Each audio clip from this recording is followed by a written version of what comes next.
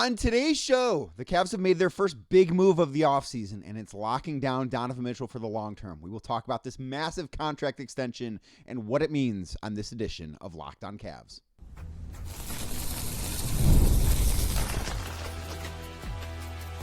You are Locked On Cavs, your daily Cleveland Cavaliers podcast. Part of the Locked On Podcast Network, your team every day. Hi again, everybody. My name is Danny Cunningham, and I cover the Cleveland Cavaliers over at my Substack, The Inside Shot, and you're listening to the latest, maybe we'll call this an emergency edition of Locked On Cavs, because Donovan Mitchell has agreed to a 4-year contract extension with the Cleveland Cavaliers worth $273 million. We'll talk about what this means for the now, talk about what this means for the future, and we will talk about what this might mean in terms of maybe potentially luring LeBron James back to Cleveland for a third time. But Donovan, the news broke on Tuesday morning around 9 o'clock in the morning that Donovan and the Cavs had agreed to a 4-year contract worth $273 million. That does include a player option that's worth $75 million for the 2030-2031 season. That will be Donovan Mitchell's age 34 season. So Donovan Mitchell, what this means for the Cavs, for Donovan, first and foremost, is that Donovan Mitchell is going to be a member of the Cleveland Cavaliers through his prime. That his best days that he is now, truthfully, as we speak about Donovan Mitchell, who will likely at one point be inducted into the Basketball Hall of Fame. He's that level of talent. He's been nothing but a top 10 player throughout his entire tenure in Cleveland. He's going to be remembered as a member of the Cleveland Cavaliers. That is what his career is going to look like. And this is something that I think is good for the Cavs for the most part. Yes, it's a lot of money. And yes, when we get to the end of this deal in 2030, 2031, we don't know what Donovan Mitchell is going to be.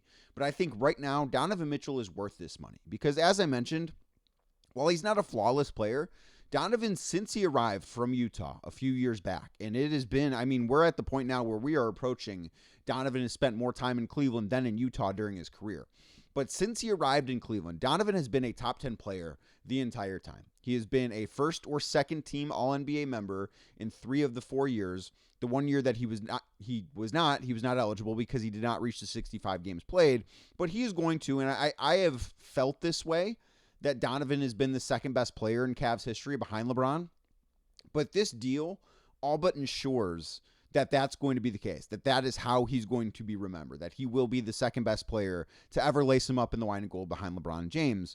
And I think there are a few different angles to look at this. And I don't want to spend too much time talking about the financial implications of this because, one, it doesn't affect things right now. It can affect the Cavs down the line, but I think that this is more good than bad, certainly, because the Cavs now, they have certainty, which is you want flexibility in some areas, but you want certainty in other areas, and you want certainty in this area. And I think that this is a really cool thing for Cavs fans, and I hope that Cavs fans can appreciate what Donovan has done for this franchise, what Donovan has done for this city, and what he has meant to this city, because it's easy to look at him, and it's easy to look at some of the flaws that he has, right? Like we even talked about yesterday, his playmaking could be better. But he is an A-tier scorer. He's I think one of the 10 best players in basketball. He's been nothing but that his entire time in Cleveland. But I also think if you look at who Donovan the person has been, I think it makes it maybe a little bit more special. Because since the day Donovan has arrived, and I've been guilty of this at times, but I remember Donovan's introductory press conference that the Cavs held at what I think was then Rocket Mortgage Fieldhouse. I don't think it was definitely not Rocket Arena at that point. But they held his introductory press conference there. And one of the questions that he was asked was about whether or not he wanted to be somewhere else. Because when you think back, and Donovan never actually requested a trade from the Utah Jazz. I think it was understood that he was going to get traded once the Jazz decided they were moving on from Rudy Gobert that summer. But he never actually requested a trade. But the thought was, okay, if Donovan does get traded, he wants to be in New York because that's home for him. And he wants to be a member of the Knicks, right? Nobody necessarily wants to be a member of the Nets, but he wanted to be a member of the Knicks. That was the common thought. And he was asked about that at his introductory press conference all the way back before he ever actually wore a Cavs uniform.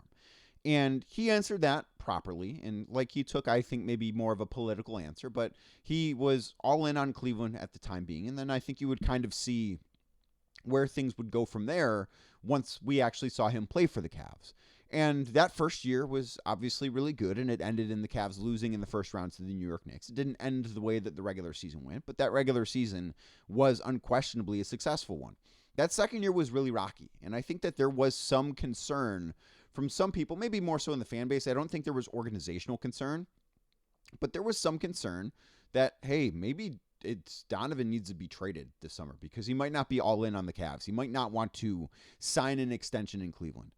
And then he signed an extension. He signed an extension on July 7th of that summer after his second season in Cleveland.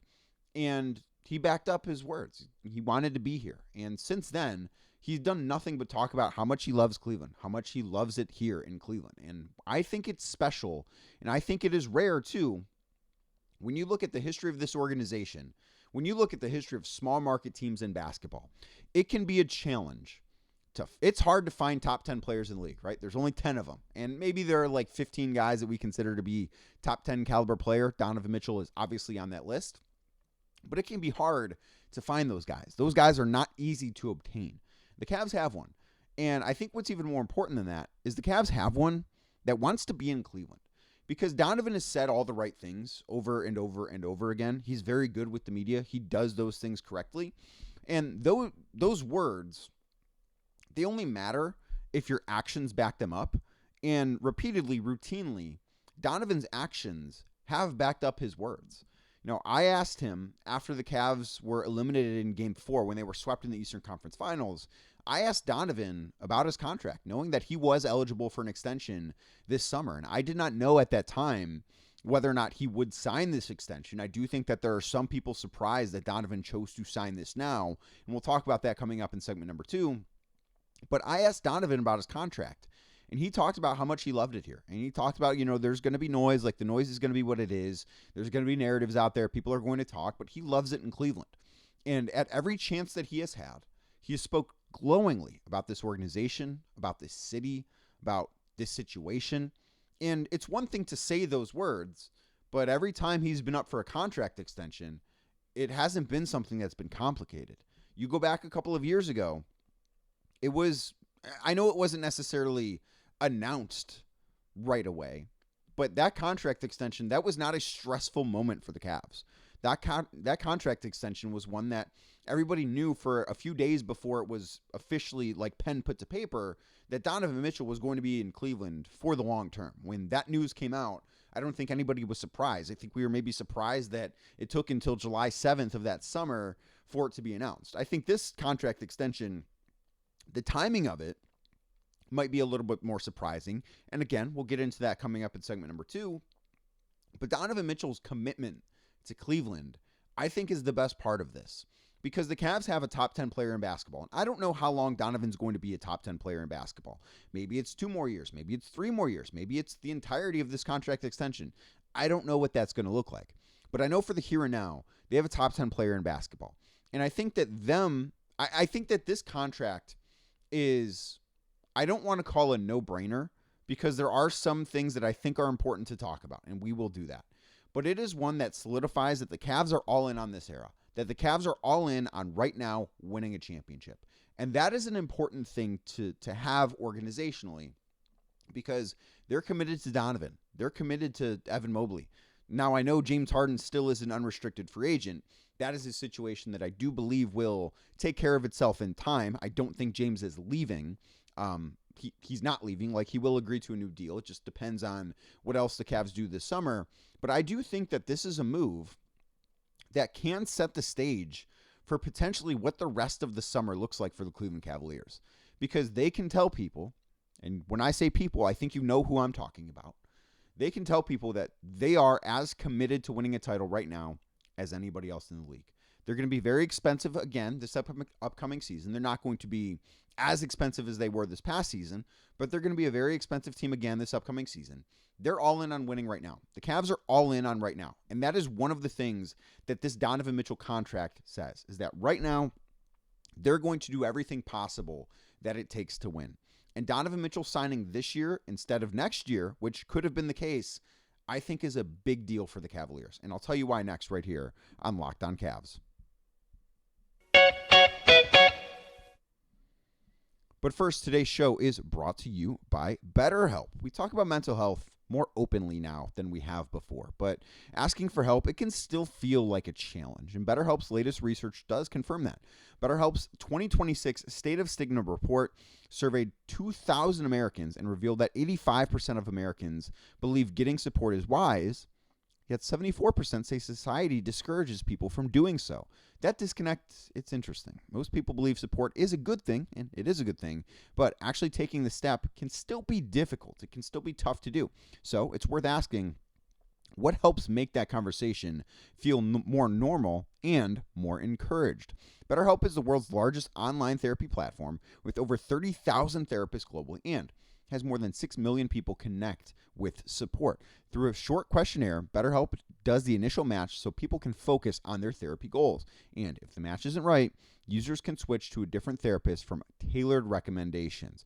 Therapy, it's an important thing, and summer can be a stressful time, right? Your calendar might be filled up the way that mine is. I've got a wedding this weekend. I've got a baptism this weekend. I'm going to Vegas next week. I've got a wedding the week after that. It can be hard to find time to really reflect on how you're doing mentally, on the challenges of your everyday life. And with BetterHelp, you can do it right at home from your computer. Again, you can find a new therapist at any time if the one that you have is not working for you. BetterHelp makes getting help as convenient as possible. And that is one of the best parts about BetterHelp. So don't let stigma stand in the way of support. Start therapy with BetterHelp. Sign up today and get 10% off at betterhelp.com/lockedonnba. That is BetterHelp, HELP.com/lockedonnba, LOCKEDONNBA. One more time, that is betterhelp.com/lockedonnba.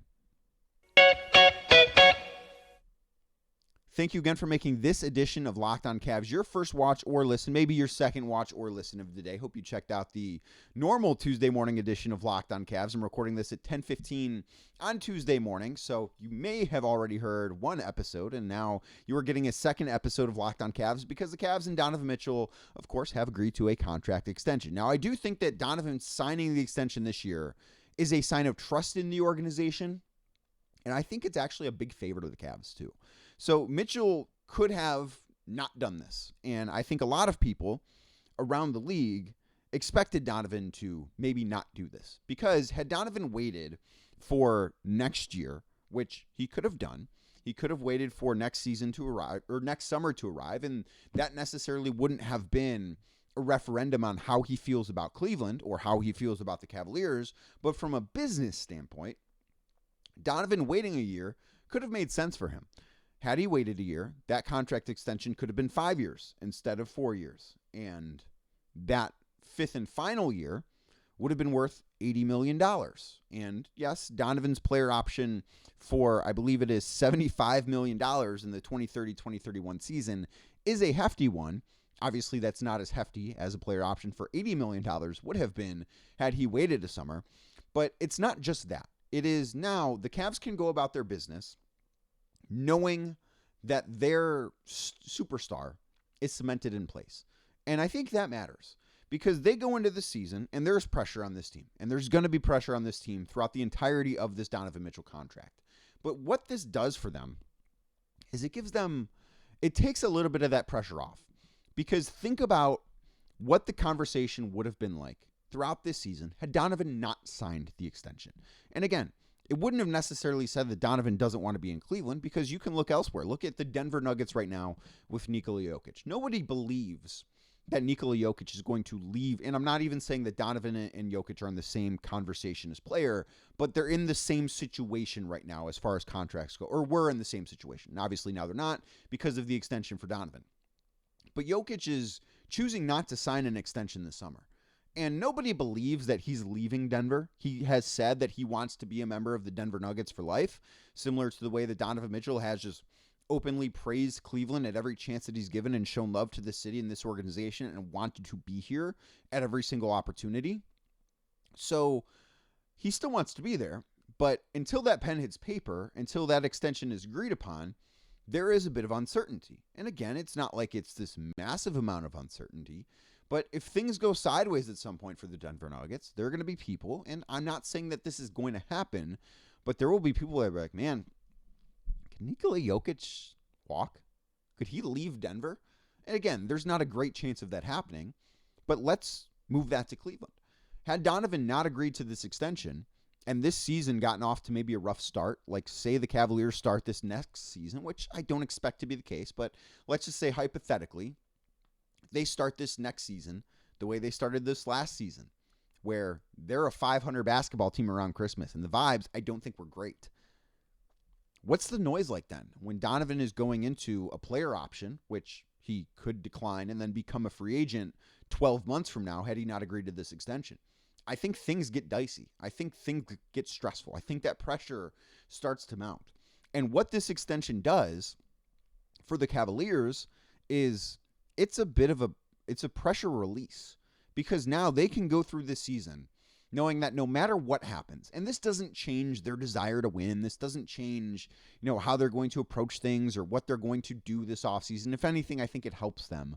But they can go through next season knowing, okay, there might be some lumps, and there probably will be at times. But at no point in time are we going to hear Donovan Mitchell. Could the Cavs look to trade him? Could Donovan Mitchell walk in the summer? That conversation died on Tuesday. And that's a really good thing when you can avoid having that, when you can avoid having to deal with the stress of thinking, just having it in the back of your mind, could our star player leave for nothing this summer? The Cavs now don't have to deal with that. And I think that's a really good thing. And I think that is something that I look at and say, that's kind of a favor to the Cavs, because Donovan had every right to wait till next summer, even if he had no intention of leaving Cleveland. Could have waited till next summer, added an extra year, added $80 million to that contract. Instead of a $273 million contract, that could have been a $350 million contract. That's what Donovan Mitchell could have done. And that is a lot of money. I'm not saying that he's leaving it on the table, because, and I guess a lot can change in 5 years, but I don't know that Donovan is going to be like, this is not going to be Donovan's last contract. Will his contract after this one be a max contract? I have no way of knowing that, but Donovan probably will play past his age 34 season. So I don't know that we can just say, yes, he's leaving $80 million on the table. I don't know what that deal is going to look like in the future. And then the other thing that is a big favor to Cleveland is, had Donovan waited until next summer to sign this extension, Donovan would have been eligible for a no-trade clause. And this deal has a trade kicker, meaning that if Donovan one day is traded, like let's say things go sideways and, maybe 2 or 3 years from now, Donovan asks out and it's just like, hey, we tried. It didn't work. It didn't happen. I want out. And I think that would be amicable if that happens. We're not going to go down that path of what would need to happen for that to be the case.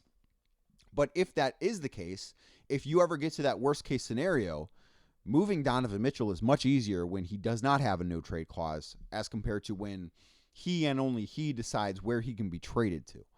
And that is when you end up in a bad situation. That's when you end up in a spot where you don't want to have a no-trade clause on a guy. From a team perspective, this is maybe not the most team-friendly deal in the world, but not having a no-trade clause, I think, is a really good thing for the Cavs, because you look at that situation, and Bradley Beal in Washington is the most, I think, recent example of this, where Beal had a no-trade clause.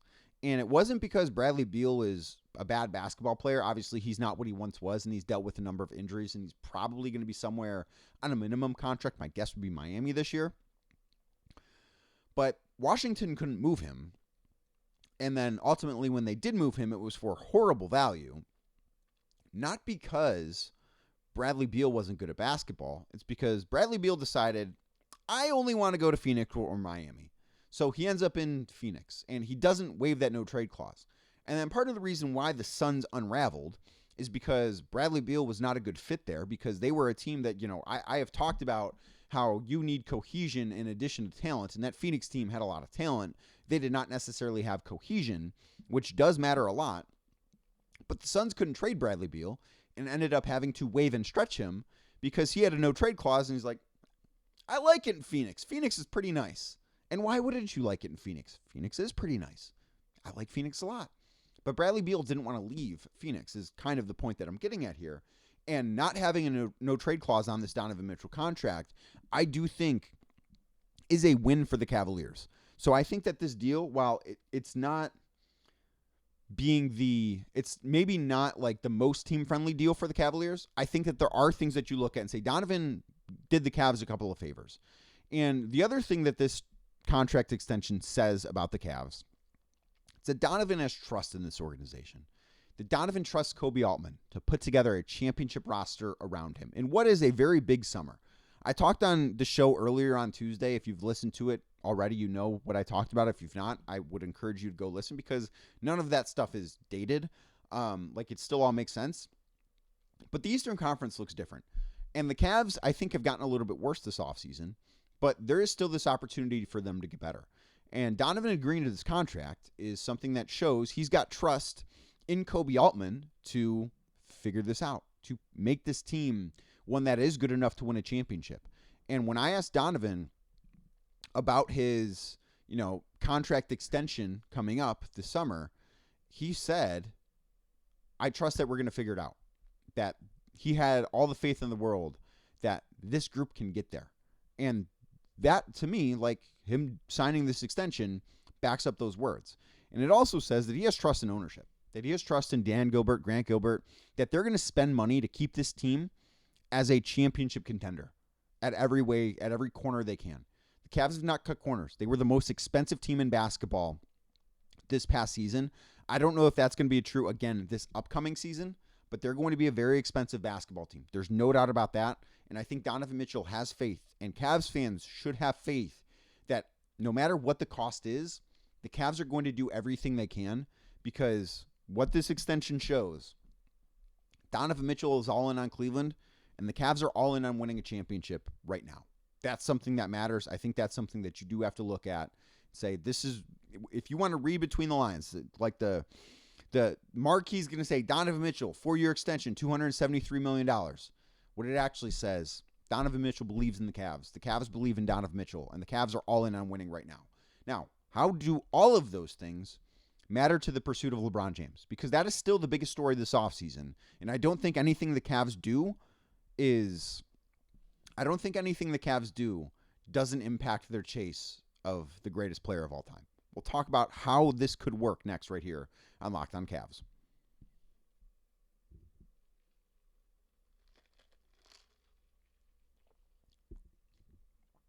Thank you again for making this emergency edition of Locked On Cavs your first watch on YouTube or your first listen anywhere you might get your podcast. Please do me a favor. Subscribe to the podcast on Apple, on Spotify, wherever you might get your podcast. Please click subscribe. It's one of the best ways to help grow this show.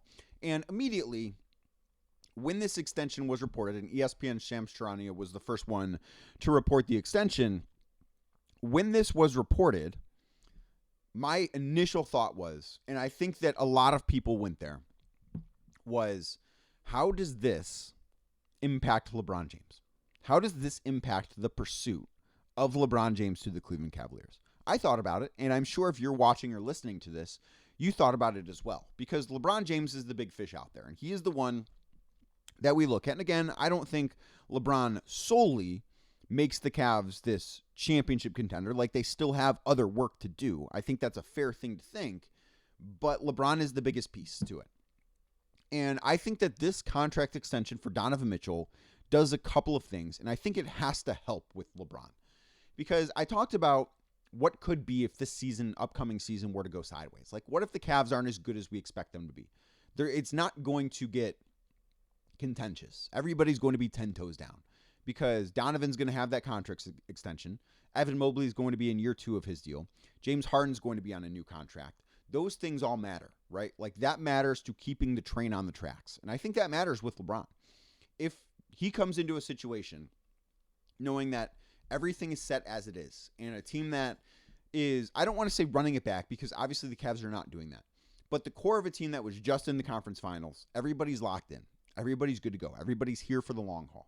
I think that stability is something that LeBron can look at and say, if I come back to Cleveland, if I spend, and let's just say that LeBron's going to play 2 more years, which I think is probably the most likely situation. I would bet that LeBron is going to play this upcoming season, which we know he does.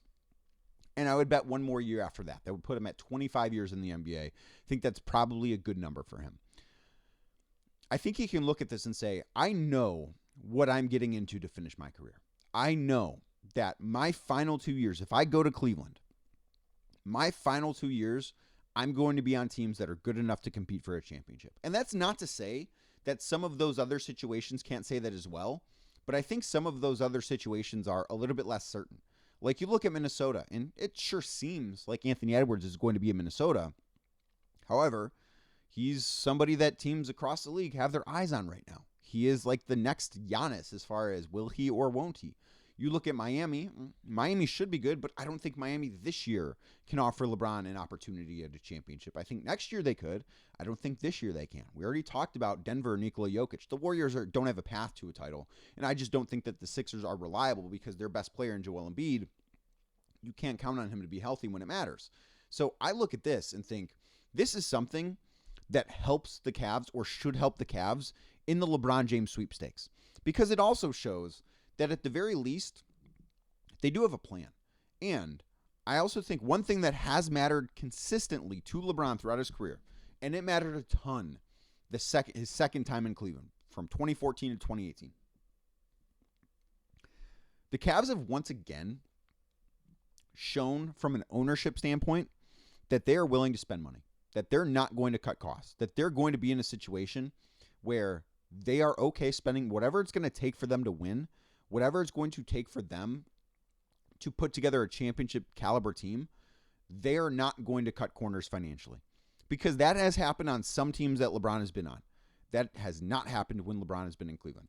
The Lakers, despite being the Lakers, they are a team that at times, and I know they have new ownership there, but under the Buss family, at times they were thought of as being a team that could be a little cheap. The Miami Heat, at times, have been a team that has shown to be cheap. Think back to part of the reason I think LeBron soured on Miami when he was there was Miami amnestied Mike Miller. The Cavs don't do that stuff. The Cavs are not a team that, I'm not saying they're a perfect front office. They're not. Like, they have their faults as an organization, but they're willing to spend. And I think when you look at the history of LeBron James, being willing to spend, I do think is something that matters. And I think for LeBron, I think for this decision, this can only be looked at as a good thing, because LeBron can come to Cleveland. If he is in fact going to come back to Cleveland, LeBron can come to Cleveland and know that he's going to have a top 10 player in the NBA as a running mate for the rest of his career.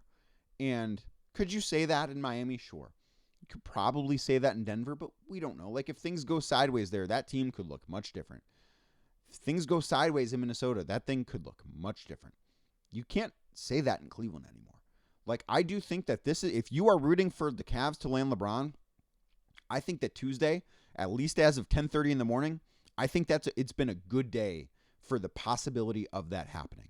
Now, that's going to do it for this emergency edition of Locked On Cavs. We will have so much more to talk about throughout the week. The Cavs have actually done something, right? They have agreed to a 4-year, $273 million contract extension with Donovan Mitchell. This is not the last we will talk about this.